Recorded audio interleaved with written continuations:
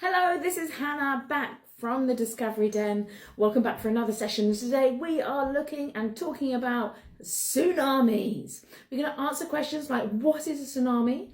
What causes a tsunami? Where do tsunamis happen? And how do we keep safe during a tsunami? Are you ready? Then let's go. Boop. Now, have you ever stood in the sea and been hit by a wave? Most of us, if we're lucky enough to have gone to a beach and been in the sea, how does it feel? Were you able to stand up? Now, being hit by that wave at sea, I want you to imagine that most of the time the waves that hit us are probably maybe 2-3 foot high, if that perhaps. Now imagine it is 100 feet high, 100 feet tall, the wave. And now crashing on your head. How do you think that would feel? Immense, right? Tsunamis are huge waves.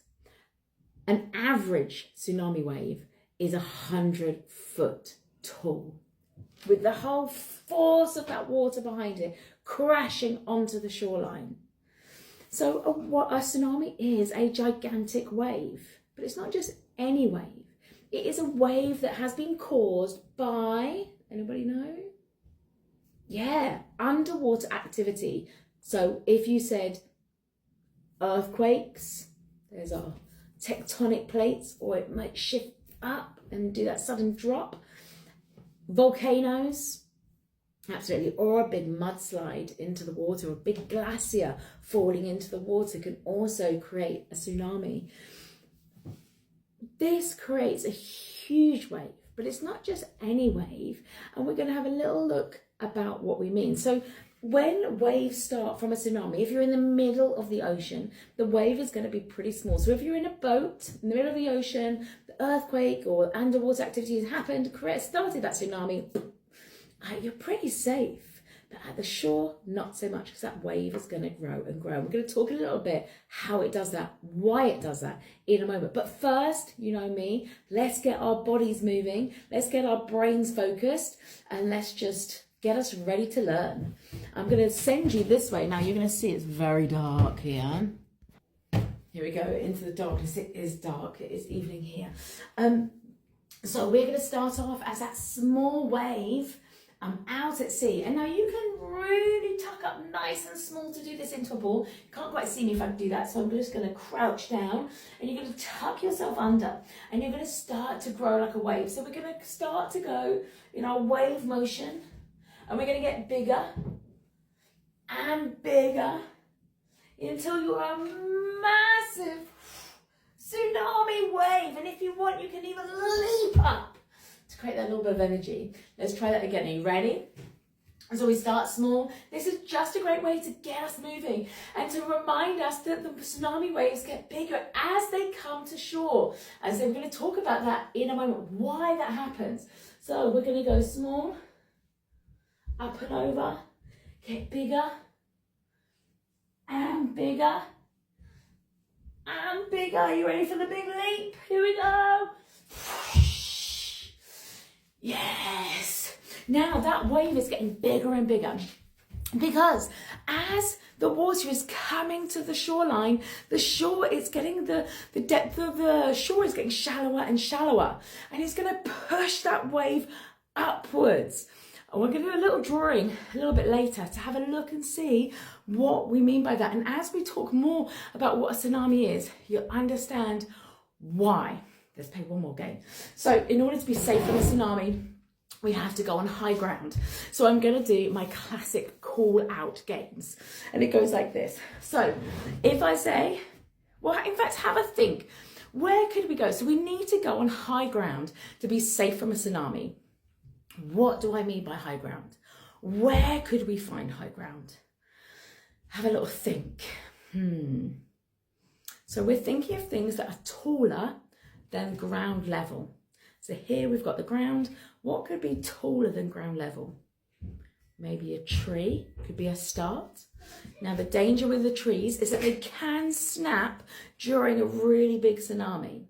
So we're going to add tree though. So if I say climb a tree, you're going to climb a tree. We're going to go like this.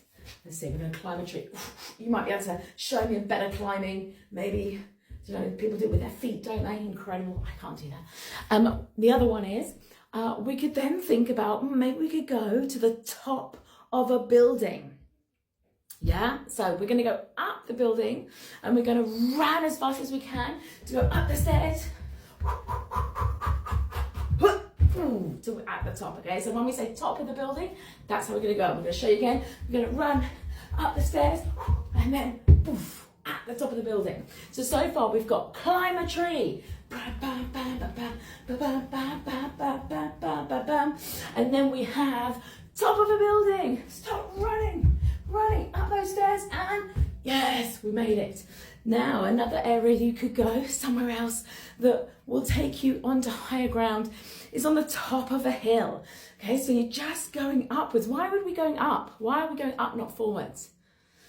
Because the wave is coming in, crashing towards us, crashing into the shore, and we want to be above the wave, away from it completely, because the weight and intensity of that force of the wave is going to be carrying us a long way off. So now we are going to go up that hill. Now, if you have a sofa, a pillow or a chair, you can jump on, but be super safe. I'm going to do it like this, you can still see me. Make sure it's safe. Make sure parents are okay with it before you do it. If your parents don't like you jumping off the sofa, don't climb on the sofa. We're going to jump off. So here we go again. There's my chair. We're going to go up a hill. Ooh. Climb to the top of the building. We're running. Yes. Climb a tree. Gosh, there's lots of climbing on this one. And then freeze. Now, another one is, if you do get carried away in the water of a tsunami, what do? Do you try swimming back into the ocean? No, because more waves are coming. We're going to hold on to something that is floating and we're going to float with it. We're going to go with it. So if I say, excuse me, floating object, you're going to pretend to grab something and you're going to float. Ooh, float away. Ooh, lovely. Could be a log, a plank of wood, anything that floats basically. Now, there's going to be one more thing we're going to add, and this is aftershock. Now, those who have done my earthquakes online session, you will see that an aftershock is that second wave from an earthquake. So the earthquake, first tremble, wobble, wobble, wobble, wobble, not great, makes everything unstable, everything very weak. Next shock is the aftershock. Bam, bam, bam, bam, bam. Sometimes they can be bigger, but they can be more detrimental and more destructive because everything's already weak and then everything just poof, crashes to the ground. When I say aftershock, you're gonna wobble like jelly. Ah! So we now have everything to play our game, to get our bodies moving, to get our bodies warm, ready for our brains to switch on. So here we go, I'm going to go through them all again. Climb a tree, top of the building, run up those stairs, jump at the top, up the hill. Here we go, onto our, that's it, be safe with this one. Floating object. Oh, this is a nice one, I'm just going to float. Ooh. Aftershock. Whoa! Okay, now the aim of the game is we get a little bit faster. Stay focused. If you want to find a big space in your room, then do. If you want to run to a chair at the other end, then do. Get that energy up and being used. Here we go. I'm going to bring my chair a little bit more. Top of the hill. Climb a tree. Aftershock. Whoa! Floating object. Ooh. Top of the building. Run to the top. Ah, up the hill. Aftershock. Ooh, be careful getting off that chair. Up to the top of the building. Oh, climb a tree. Top of the building. Oof, up the hill. Aftershock. Oh my goodness. Wow. Top of the hill. Woo. Climb the tree. Ah. Top of the building. Woo. Aftershock. Oh, floating object. Oh, and we can float away back. Now, if you have a parent there with you, you can carry on playing this game for a little bit more if you feel energized and you want to use some of that energy. Otherwise, you're going to come back to me with me to the desk and we're going to have a little more of a look about what a tsunami actually is. So we're back here. A tsunami. This is my amazing book again, just in case you haven't seen Earth-Shattering Events. Love this book. Great one to have at home if you're into natural disasters. So tsunamis are vast waves that spread across the ocean, causing terrible damage when they reach the shore. The word tsunami means harbour wave in Japan, or Japanese, sorry. Now, that is one of the places where there are many tsunamis. Now, why, or what is near Japan that we have once again talked on some of the previous videos? The location near Japan has a special name for it, where lots of volcanoes and earthquakes happen. Have a little think before I tell you the answer. What is that area called? Now I'm going to show you a picture of a map, so maybe it gives you a little reminder. So I'm going to bring it close, and so it's a little bit creased. Now, can you see my map? I'm peeping out from behind. Now, there is an area, I'm going to point with my two fingers, called the Pacific Ocean. Now, it is here. Okay, now, the Pacific Ocean has many earthquakes, or this big tectonic plate. This is once again on my previous videos. If you don't know what they are, here's this lovely, look at this black line. This is the tectonic plate. Now, remember, the Earth is round, so it wouldn't be that far away from itself. I'm just going to round it round. Do excuse my voice today. It is a little croaky. So it would be this way round here, our ocean, our Pacific Ocean, and this makes this lovely, it's actually like a horseshoe shape, and that horseshoe shape is called, shout it out.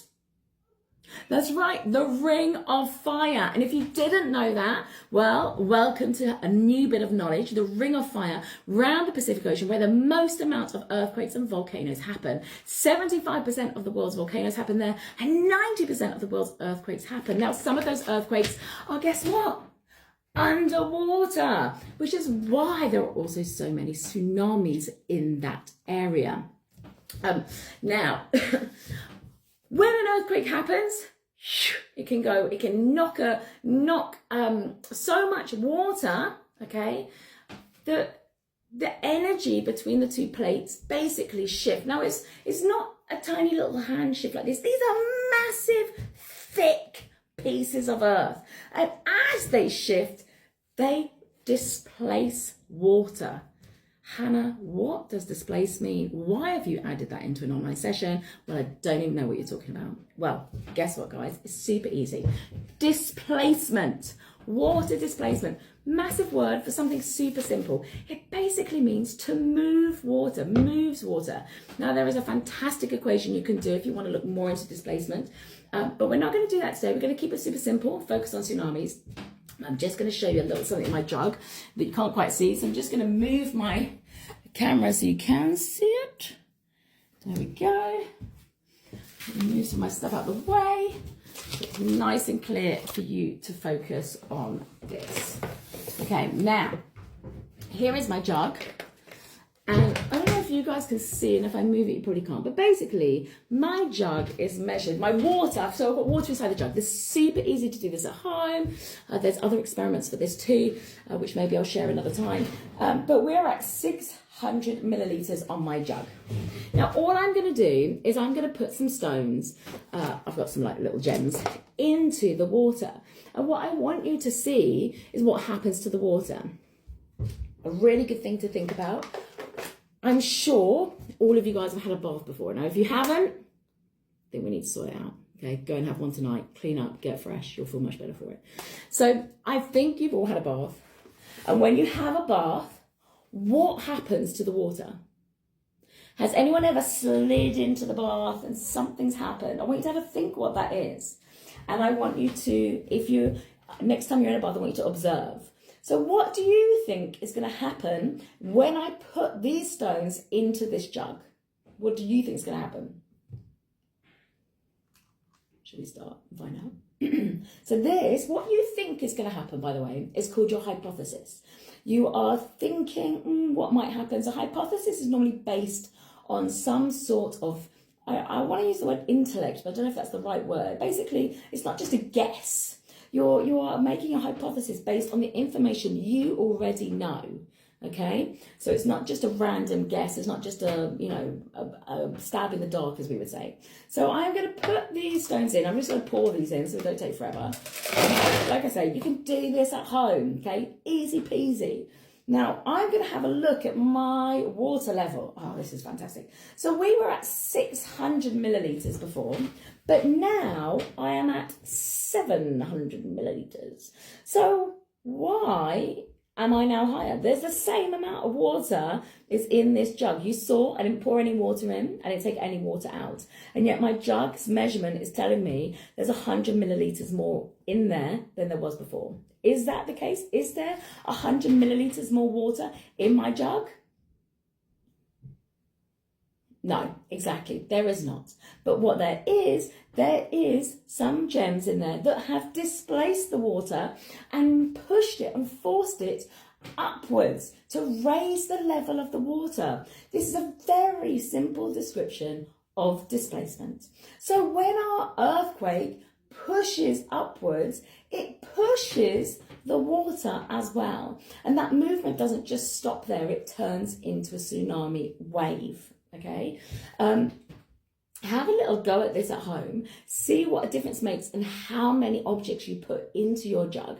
And what is quite fun, this can be a really lovely developed activity, is you can measure your jug, your water level. You can weigh the objects you're putting into your jug, and you can see how that answer affects each other. So how does the weight of your object affect the water level? Great one. This is a whole lovely maths thing going on here. Okay, lovely way to extend this activity. Now I'm going to move you back because at the moment I'm like this, crouched down, so you can see the difference now. So the question is going to be, what is the difference between a wave and a tsunami? Because why does not a 100-foot wave count as the same thing as a tsunami? And why do surfers go off and go and ride these massive waves, but they don't go and ride a tsunami? So what's the difference? Let's find out. I'm just going to move the camera a little bit for ya. Okay guys, so we're back. You can see here, I've got our lovely Marvel characters here. So the question we are trying to answer now is, what is the difference between a wave and a tsunami? We have Iron Man's come to help us, Captain America, I don't know what these guys say, there must be some sort of statements. Batman, da-na-na-na-na-na-na, that's a good one. And good old, how's the fingers go? Spidey. So my husband's here and he's probably thinking I'm doing a terrible job. So we've got our guys on the floor. Now I want you to imagine they are in the water, having a little swim, having a lovely day out. Okay, but they're in fairly deep water. Okay, so they're in deep, they're just lying down, they've got their snorkel gear on, so they're all good, they're happy as Larry, maybe they've gone to see him all right ill. And then suddenly a wave comes along. Okay, and this is what a wave would do. Now, number one, a wave is caused by wind. Okay, so wind would be blowing, and this is what it would happen to the ocean, okay, or to the sea. Here we go, so the wind blows, and there we go, there's our little wave. I'm going to do it again, make it a little bit smaller so you can see it all in the camera. There we go. Now, my question is it having much impact on our superheroes having their restful time at the bottom of the ocean? Is it affecting them? Have they moved? Has it touched them? Not really. Why? Because it's happening on the surface of the ocean. Okay, it is right on the surface. It's on that first part of the ocean. And potentially, if they're deep enough in the water, they're probably not even going to feel it. Okay, anything on the surface, of course, they'll feel it as the wind kind of blows. And of course, we can have massive waves because the wind could be strong and storms could be blowing. So we could have huge waves. But the reality is, or the facts of it is that is just a wave caused by wind. But a tsunami, however, is caused differently. Now, we know that a tsunami is caused by underwater activity, earthquakes, volcanoes, giant mudslides or glaciers falling into the ocean. And it affects the water differently. So now, instead of working on the surface, it's going to work in a full column. So here is our ocean now, and suddenly the earthquake happens, and then what's happened?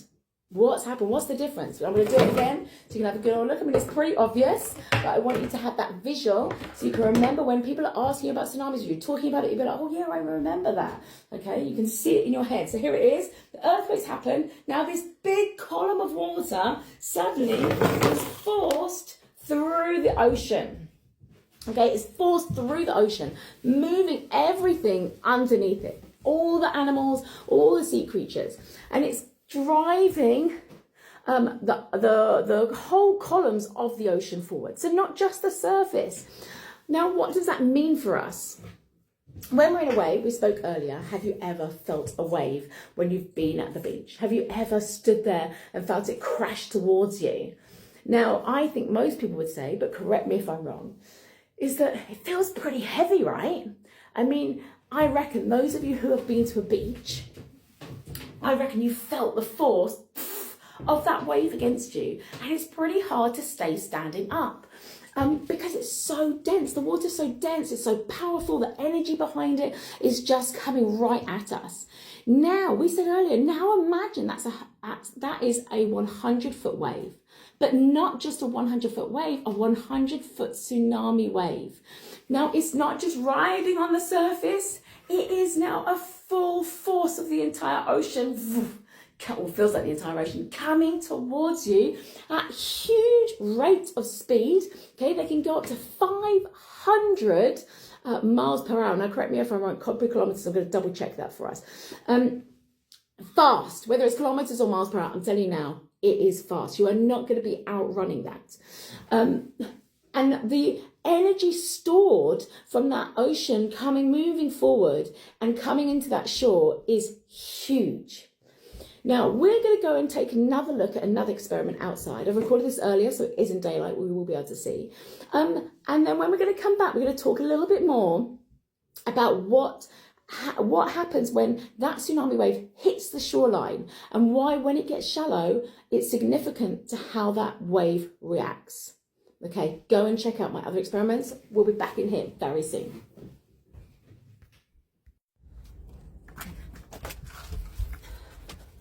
Hi guys, so here we are with our tsunami simulator.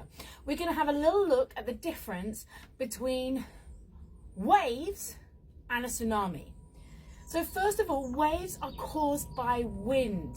So I'm going to use a plastic lid to create or simulate the wind of the waves. And I want you to look closely at what's happening to the water. Here we go. You can see them, they're building up. There they are. Now, as I am creating these waves, I want you to have a look at how much of the water is moving. Is all the water moving or just the surface? Let's see. Now, obviously, we can have much bigger waves than that. You can see even as I blow, that is just affecting the surface of the water. So of course we can have big waves, of course there can be strong winds, but it is just the surface of the water moving towards the coastline. Now, a tsunami is caused by underwater activity, such as an earthquake or a volcano, which means the entire column of water is what moves. And I'm going to show you the difference when I'm just going to lift one end of the box. I want you to see how that water shifts.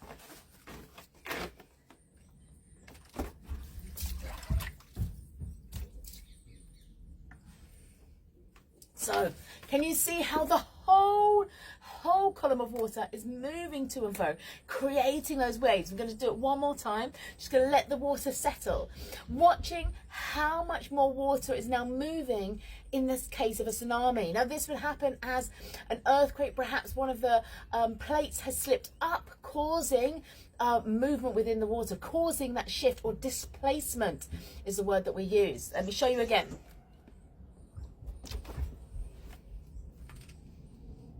Here it goes.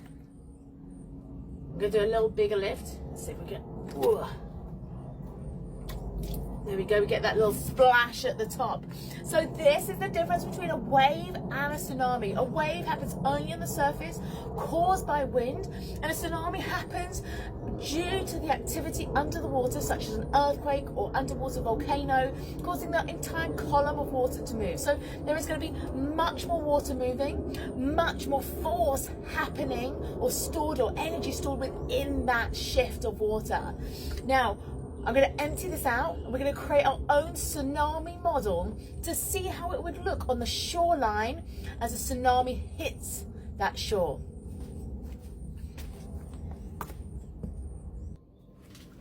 So here we go, our box is empty and we're ready to make our model. So how are we going to do this? We have some wet cardboard that we're putting in. Now this can be tissue paper. It is just to give yourself a little bit of padding into the model. So this is a nice big model for us. I'm going to get some more paper. So here we have some tissue paper that you can just place in. Now with the shoreline, something that's really significant with the impact that it has on the tsunami is the fact that we go from deep water into shallow water. Now in the deep water, if you were a boat and you were in the area in deep water where the tsunami had started or the earthquake had started, the waves would actually be pretty small. You'd be pretty safe. It is when it gets to the shoreline that the problems start to happen, and you're going to see hopefully why. So I'm going to continue packing my shore.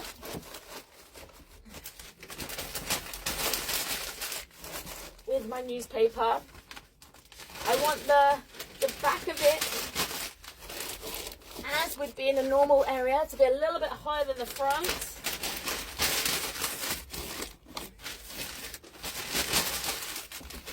Hopefully you're getting the idea.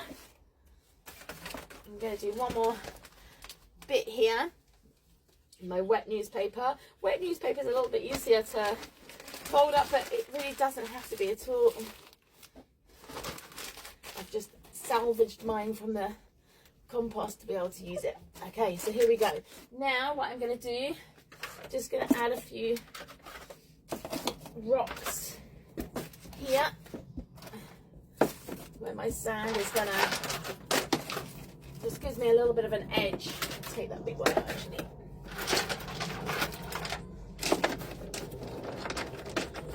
Here we go. And then what I'm going to do, I'm going to throw some soil or compost soil onto here, but what you want maybe is a mud, would be even better, a bit firmer, and then I've also got some sand. So let's see how this works out. Another little stone there, and this is just to give it that kind of look.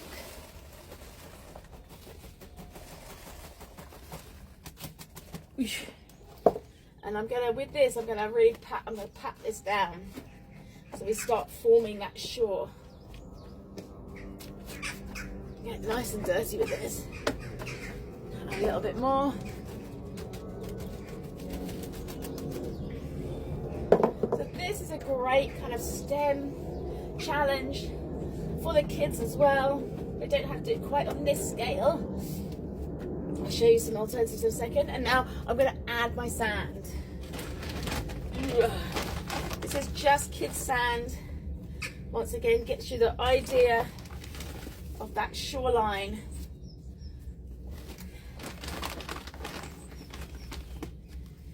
Here we go. Is that looking beachy? A little bit more maybe. Ooh. There we go, look at that.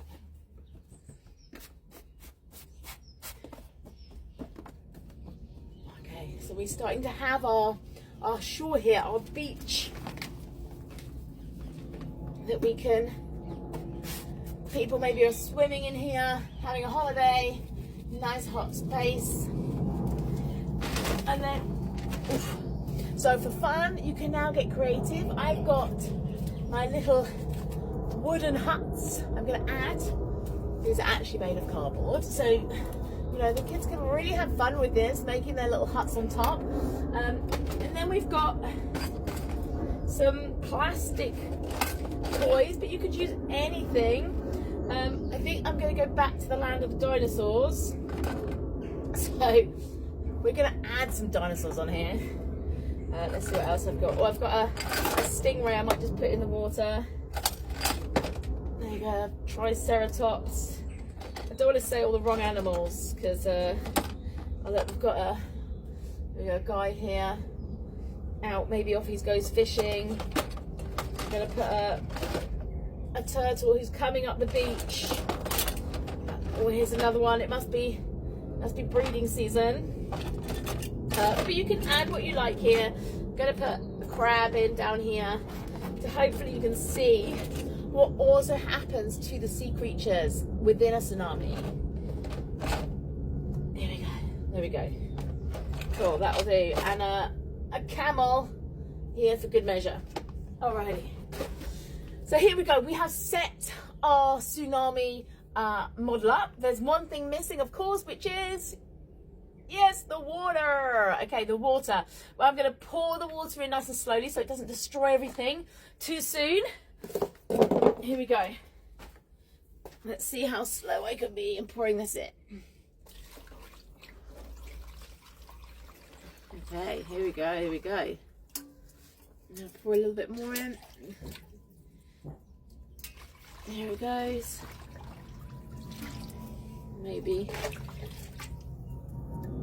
one more.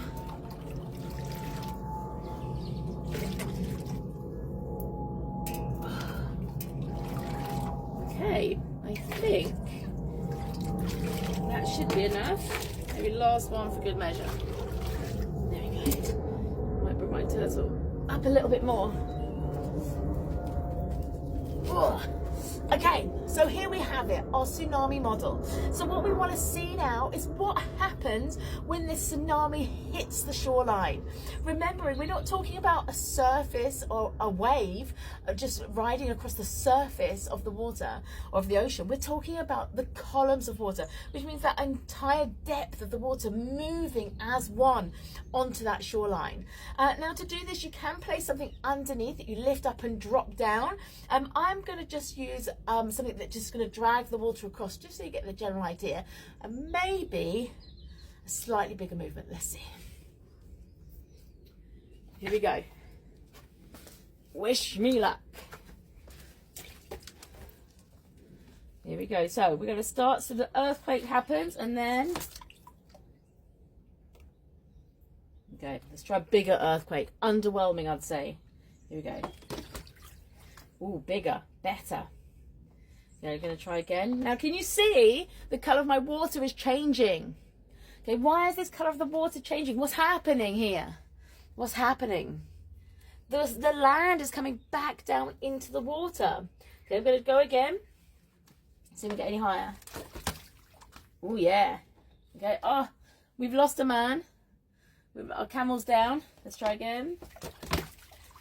Okay, we're getting bigger. Now, the first wave of tsunami is not always the biggest, and there is almost nearly always more than one.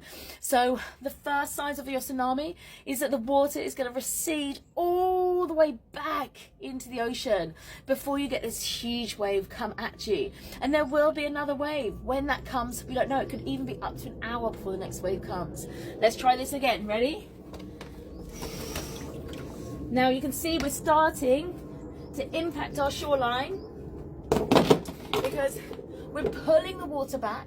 The animals that would be in the water could potentially be dragged up the land, up on the land. So let's say there's a crab, he'd be dragged up, and if they were fish, obviously they're not going to survive up there. So as that water recedes back, he's a goner. And then as the waves come, they're going to pull more sea creatures up onto that land. Now, the bigger the tsunami, the more it's going to impact everything. And we've got a touch on the house here, but potentially it will drag that house either back with it, or it will push it forward with the magnitude of the wave and the force coming from that tsunami as it propels forward and smashes into any of the buildings in its path. Now, there are ways that we can potentially slow down the tsunamis depending on the size, and this is to add like a bio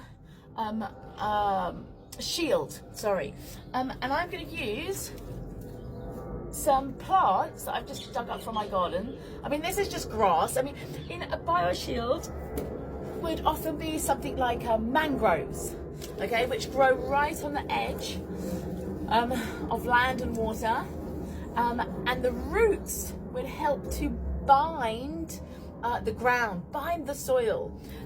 And let's have a look. And now I don't know if this is going to work, but it's just to give you an idea to see how far that water will go now with our bio shield in place. So here we are. I'm going to lift maybe our dinosaurs are just having a nice time at the beach. Okay, so here's our bio shield. So we now got a kind of forest of mangroves at the edge of that water's edge. And I'm going to do the same thing, creating our tsunami, lifting that water, or propelling that water forward due to the earthquake or underwater volcano happening, that activity in the water, where potentially that earthquake is lifted up, popped down, and then shot the water forward. Okay, and let's see if it makes a difference having our bio shield there. Here we go. Trying again. Okay, trying again. So I'm going to show you again. What are you noticing? How far is that water going up the shoreline? Is it reaching the houses? There we go. What's the likelihood of it reaching those houses? Now, as you can see, that bioshield really created a level of protection for the houses up on that shoreline there. Now, the higher you are in a tsunami, potentially the safer you are. Just having this bioshield has slowed down that tsunami. It may not save everything, it may get affected as well, but it may just create that little bit of extra protection that could save lives. Now, if you want to make this at home, all you need is a small tray. You don't have to have a big tub like this. You can have a tin tray, a little Tupperware top that you can push that water forward, or you lie it down and you try the other way where you lift up. Can you see that? You lift and you drop. You lift and you drop. So in the water, we would drop that down. Okay?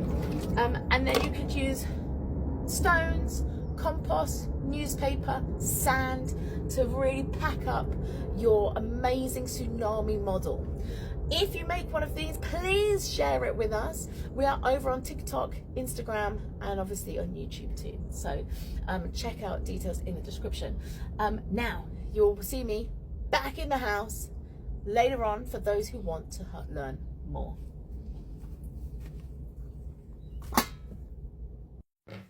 Okay, how was that, guys? Now you can see how that column of water reacts so differently to that just surface of the wind blowing across the top of the sea. So why does it matter when we get to that shallow shoreline? And I'm going to show you, hopefully. And I think this is going to be backwards for you guys. I don't think it's going to matter. So we're going to have the bottom of the ocean here. And we're going to have here, I feel like my voice is getting worse. Sorry, guys. This is the shore, okay? Now, as you can see, I'm going to draw some sand. Why not? In fact, I've just got to make sure you can see it, actually, haven't I? That would be the most important thing. Let me stay with the black. I think you can see it, but just in case. So this is the shore. We're going to draw a little house up here. Okay, we're going to have some people sunbathing on the beach. We're going to have a little turtle in the ocean. Oh my goodness, this is terrible. Okay. You can draw this at home, of course, okay? And here it is getting shallower. Okay, now, as this water comes forward, okay, it is coming from the depths. All right, so the bottom, can you see that, okay? The bottom of the ocean is moving along with the surface. So all of this, the power, the magnitude, and the force of this ocean moving is huge, okay? At home, get a bucket of water and see how easy it is to lift up. I'm telling you now, it's going to feel heavy. Why? Because water is dense. It is heavy. Okay, it's not as dense as other things, of course. But when you put water all together, when you put it in a bucket, it suddenly feels very heavy, okay? So now as this wave comes, suddenly the bottom of the wave has nowhere to go except up, okay? And so as it's coming, it now only has one place to go, which is up, as that space narrows down.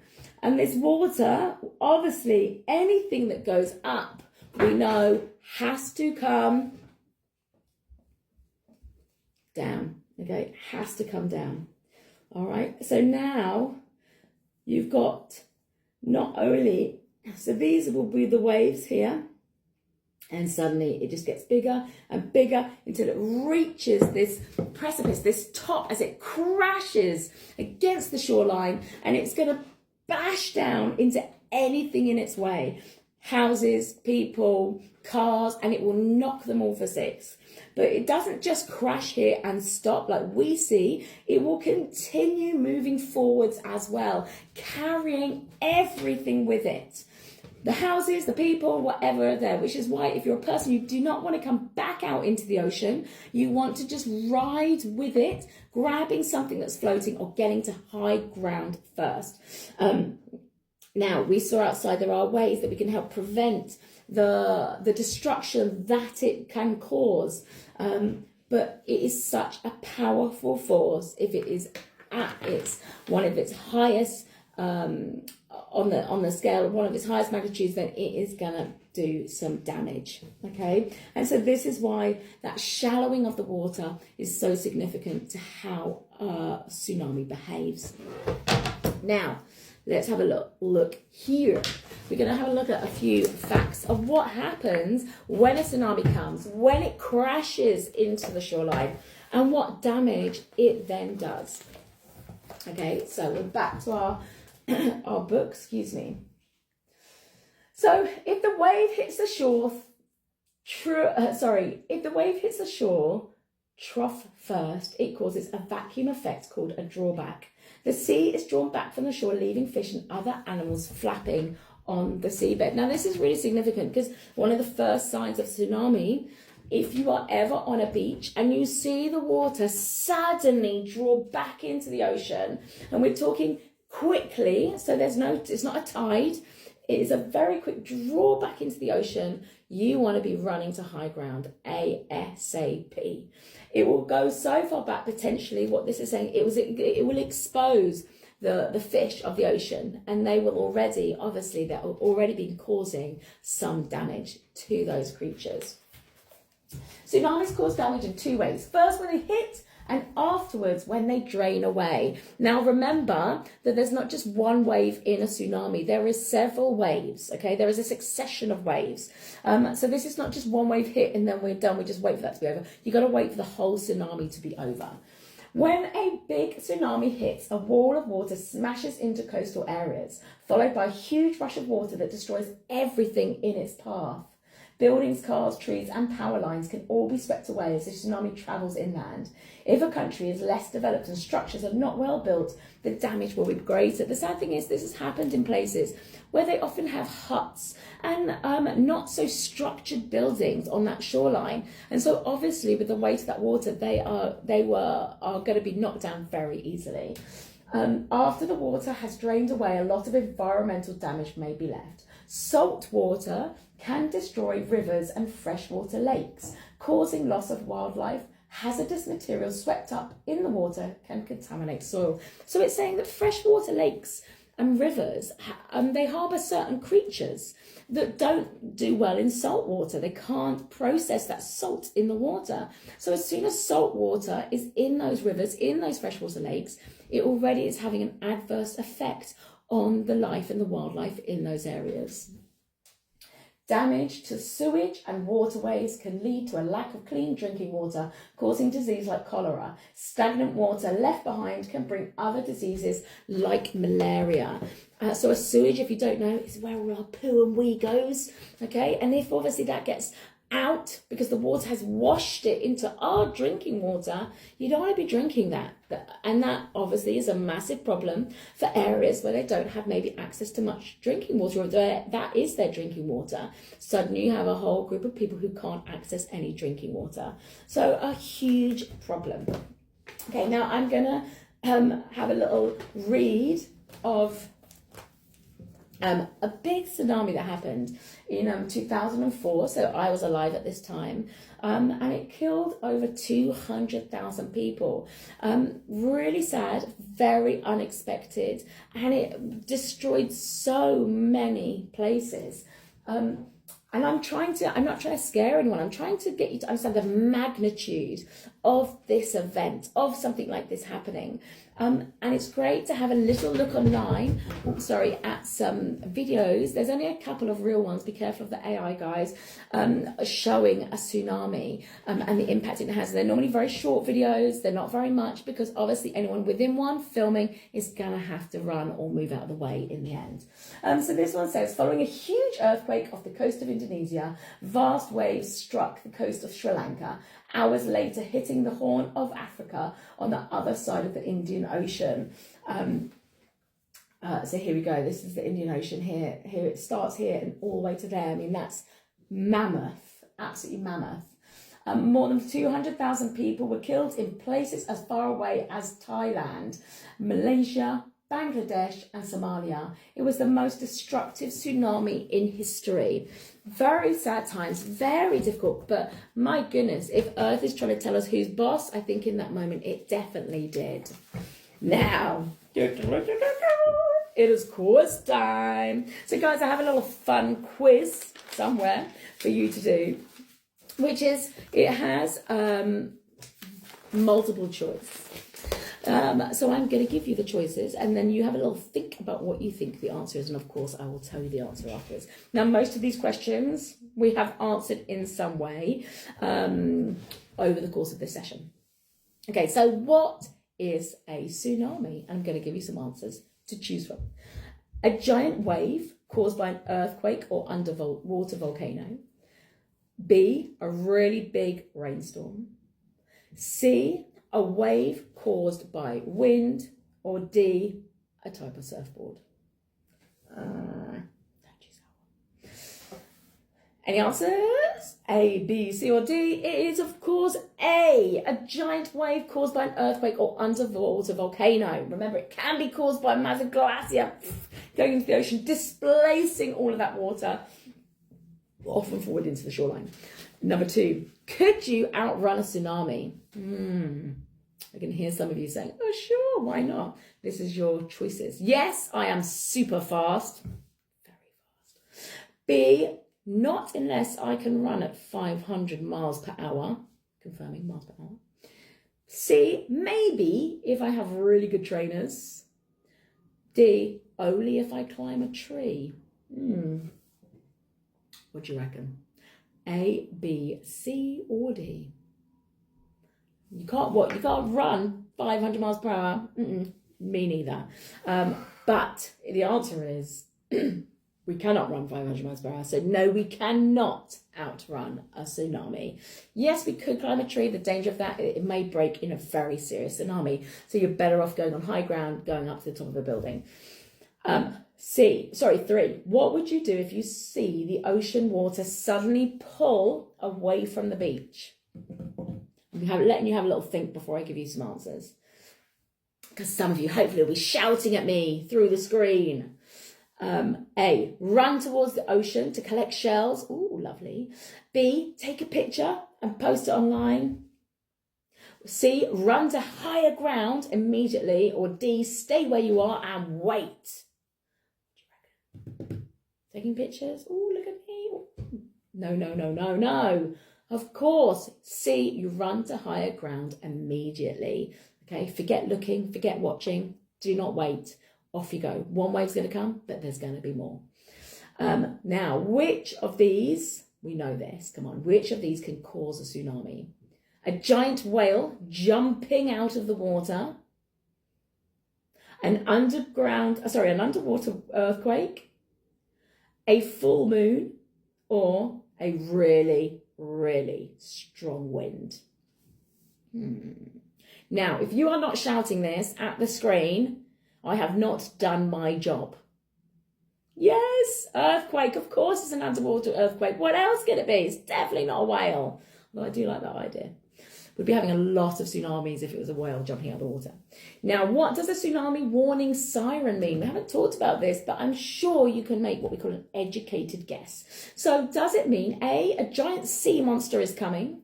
B, it's time to go swimming? C, get to high ground as fast as you can? Or D, the lifeguard is calling everyone back to shore? What do you reckon? Does C, get to high ground? If the siren's going off, a tsunami's coming, to high ground, always high ground, high ground, high ground, high ground, high ground. And if you can't do that and you're already in the tsunami, grab something floating, off you go, okay? And you've got to be mindful though, because we don't want to be bashing into things if there's still lots coming. Right now, what should you do after a tsunami hits? Go back to the beach. This is A, go back to the beach to check the waves. B, stay on high ground and wait for emergency help. C, build a sandcastle. Or D, try to surf the waves. I definitely hope you're not building sandcastles or surfing waves, because of course you're waiting for emergency help and you are staying where you are. Now, can animals sense a tsunami before humans? A, yes, some animals can sense danger and move to safety. B, no, animals don't care about tsunamis. C, only if they have special tsunami glasses, like my tsunami glasses.